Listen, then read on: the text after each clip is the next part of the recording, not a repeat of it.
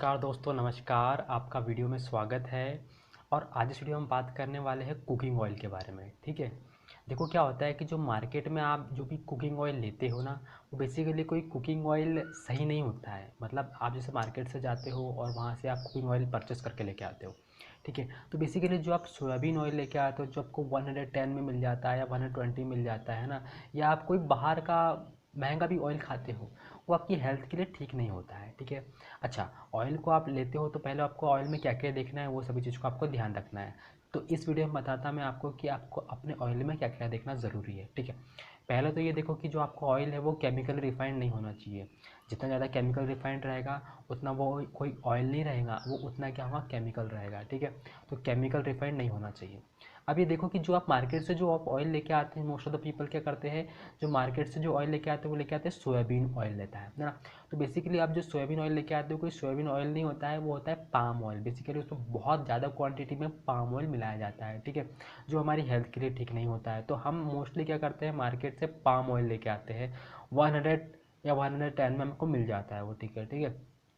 अब जो palm oil रहता है वो बेसिकली हमारे कंट्री में नहीं रहता है, हमें बाहर से इंपोर्ट करना पड़ता है।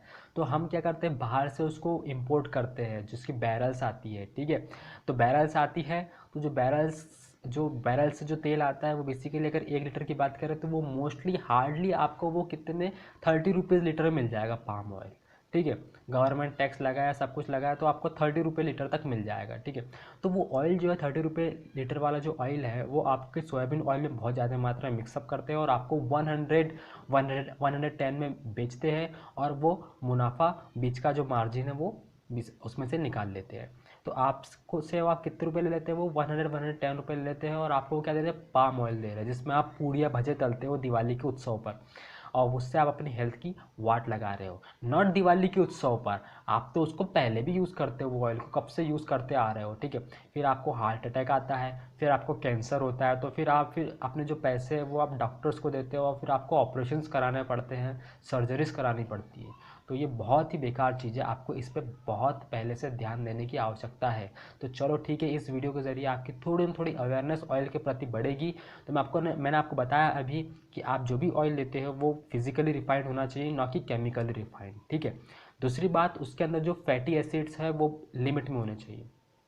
ऑयल के अंदर फैटी एसिड होते हैं, एक होता है सैचुरेटेड, एक होता है अनसैचुरेटेड, एक होता है ट्रांस फैट। ठीक है, तो जो सैचुरेटेड फैटी एसिड्स है वो भी लिमिट में होने चाहिए। ठीक है, ये बेसिकली किस टाइप के ऑयल में होता है, देसी घी हो गया, वनस्पति ऑयल हो गया, जो डालडा हो गया, इस टाइप के जो ऑयल होते हैं ना, इसमें सैचुरेटेड फैटी एसिड ज़्यादा होता है। ठीक है, अब अगर आपके ऑयल में सैचुरेटेड फैटी एसिड ज़्यादा है और बहुत पहले से आप खा रहे हो सैचुरेटेड फैटी एसिड्स वाले ऑयल, जिसमें मात्रा काफ़ी ज़्यादा है सैचुरेटेड फैटी एसिड्स की, तो वो आपको हार्ट अटैक के लिए रिस्पॉन्सिबल हो सकते हैं। मतलब आप बहुत पहले से सैचुरेटेड फैटी एसिड्स खा रहे हो, ऐसे वाले ऑयल खा रहे हो, तो आपको हार्ट अटैक आ जाएगा एक दिन।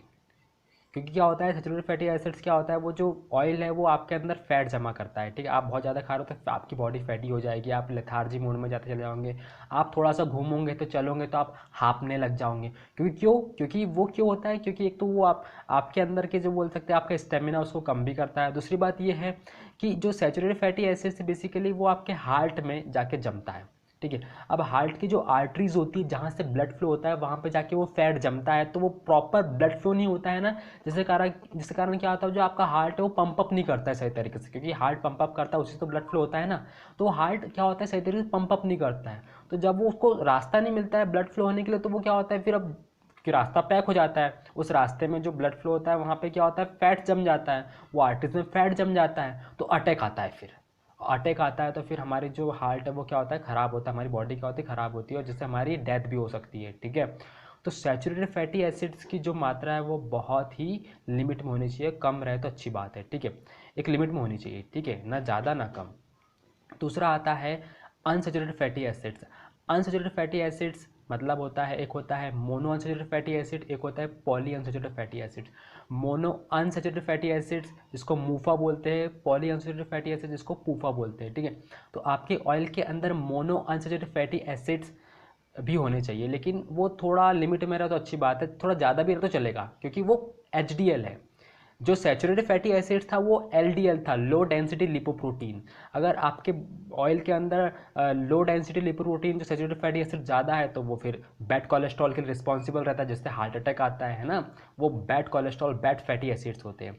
अब आपकी बॉडी में जो आपकी बॉडी में ज़्यादा जाता है तो फिर उससे हार्ट अटैक आता है, ठीक है। अब आपके ऑयल के अंदर अगर मोनो अनसैचुरेटेड फैटी एसिड्स को मूफा बोलते हैं, अगर वो ज़्यादा भी चले जाए तो कोई दिक्कत नहीं है, ठीक है, क्योंकि वो गुड कोलेस्ट्रॉल होता है, वो HDL होता है, हाई डेंसिटी लिपोप्रोटीन, जो आपकी बॉडी में गुड कोलेस्ट्रॉल बढ़ाते हैं। तो ठीक है, वो थोड़ा ज़्यादा भी रहते कोई दिक्कत नहीं है, ठीक है, लेकिन वो भी लिमिट में रहे तो अच्छी बात है, ठीक है। तो मतलब अनसैचुरेटेड फैटी एसिड्स का एक पार्ट क्या मैंने बताया अभी आपको, मोनो अनसैचुरेटेड फैटी एसिड बताया, जिसमें मैंने आपको बताया मूफा के बारे में, ठीक है। तो इसमें क्या होता है, ये गुड कोलेस्ट्रॉल होते हैं और इसकी मात्रा थोड़ी सी ज़्यादा भी रहे तो चलेगा, ठीक है। सेकेंड पार्ट है इसी का, अनसैचुरेटेड फैटी एसिड का सेकंड पार्ट है, उसको बोलते हैं पॉली अनसैचुरेटेड फैटी एसिड, जिसको पूफा बोलते हैं, ठीक है। अब इसकी मात्रा ज़्यादा नहीं होनी चाहिए आपके ऑयल में। Most of the soybean oil में पूफा ज़्यादा होता है, जो क्या होता है आपकी बॉडी के अंदर ज़्यादा आता है तो फ्री रेडिकल जनरेट होते हैं, बॉडी के अंदर बहुत ज़्यादा फ्री रेडिकल जनरेट होते हैं, ठीक है।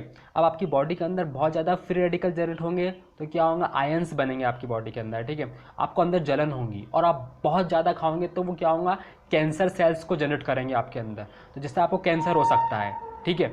तो आपको ध्यान देना है कि जो आप ऑयल यूज़ करते हो उसमें poly unsaturated fatty acids, mono unsaturated fatty acids और सैचुरेटेड फैटी एसिड ये सब लिमिट में रहें, ठीक है। अब आते हैं हम थर्ड फैटी एसिड, जिसको बोलते हैं trans fat acid. Trans fat acid basically क्या है, पार्शियली हाइड्रोजनेटेड ऑयल है, ठीक है। मतलब कोई सामान को या किसी चीज़ को या किसी ऑयल को बहुत दिनों तक फ्रेश रखने के लिए हम उसके अंदर ट्रांस फैट डालते हैं। आप जैसे मार्केट बहुत सारी चीज़ें खाते हो, वेफर्स खाते हो, तो उसके अंदर बहुत ज़्यादा पार्शियली हाइड्रोजनेटेड ऑयल होता है जिसको बहुत दिनों तक फ्रेश रखने के लिए हम डाला जाता है, लेकिन वो 2% ज़्यादा नहीं होना चाहिए। और मैं तो बोलूँ ज़ीरो रहे तो अच्छी बात है, ट्रांस फैट ज़ीरो से ज़्यादा होना ही नहीं चाहिए। अगर वो है ज़ीरो से ज़्यादा तो वो आपकी हेल्थ के लिए ठीक नहीं, उसको फेंक दो, डस्टबिन में डाल दो, ठीक है। तो ऑयल ऐसा यूज़ करो जो फिजिकली रिफाइंड हो, ऑयल ऐसा यूज़ करो जिसमें सैचुरेटेड, मोनो अनसैचुरेटेड और poly unsaturated fatty acids limit में हो, ठीक है। ऑयल ऐसा यूज़ करो जिसमें ट्रांस फैट जीरो हो, ऑयल ऐसा यूज़ करो जिसमें ओरिजिनॉल हो, ओरिजिनॉल आपकी हेल्थ के लिए बहुत अच्छा है, आपके हार्ट के लिए काफ़ी अच्छा है। ऑयल ऐसा यूज़ करो जिसमें टोकोफेरॉल्स, टोकोट्रेनॉल्स भी हो, ठीक है। ये सभी चीज़ को ध्यान में रखो। और ऑयल आप यूज़ करो तो बेसिकली कोई सोयाबीन ऑयल यूज़ मत करो, आप यूज़ करो rice bran oil. Rice bran oil में तीनों फैटी एसिड बराबर मात्रा में होते हैं और आपकी हेल्थ के लिए काफ़ी अच्छा होता है। और जो राइस ब्रान ऑयल है वो कैसे निकलता है, जो राइस की जो ब्रैन होती है, जो उसके ऊपर की जो परत होती है ना, जिसको हम धान बोलते हैं, तो वो धान का तेल होता है, वो बहुत अच्छा होता है आपकी हेल्थ के लिए, ठीक है। तो वो वाला ऑयल का यूज़ करो आप, ठीक है, राइस ब्रान ऑयल का यूज़ करो। और मार्केट में बहुत सारे राइस ब्रान ऑयल है, लेकिन उसमें भी देखो कि वो कहीं केमिकल रिफाइंड तो नहीं है, उसके अंदर कितने मात्रा में ओरिजिनॉल है, उसके अंदर कहीं सैचुरेटेड फैटी एसिड ज़्यादा तो नहीं है, कंपनी ने कुछ ज़्यादा तो नहीं मिक्सअप कर दिया, कुछ एडल्ट्रेशन तो नहीं कर दिए। ये सभी चीज़ को देखो और अपनी लाइफ को सॉर्ट आउट करो, बिकॉज ये मोस्ट इंपॉर्टेंट चीज़ है कि आप अपनी हेल्थ पे ध्यान दें। बिकॉज अगर आप अपनी लाइफ में अगर अपनी हेल्थ पे ध्यान नहीं देंगे तो आप कुछ नहीं कर पाएंगे, और अगर आपकी हेल्थ अच्छी नहीं रहेगी तो आपका माइंड भी सही तरीके से काम नहीं करेगा और आप अपनी लाइफ में सही तरीके से काम नहीं कर पाओगे। सो मोस्ट इंपॉर्टेंट चीज़, अपनी हेल्थ पे ध्यान दें, अपने ऑयल को तुरंत चेंज करें। और सबसे बेस्ट ऑयल होता है, मैं आपको रिकमेंडेड करूँगा, वो होता है health guard rice brand oil, ठीक है।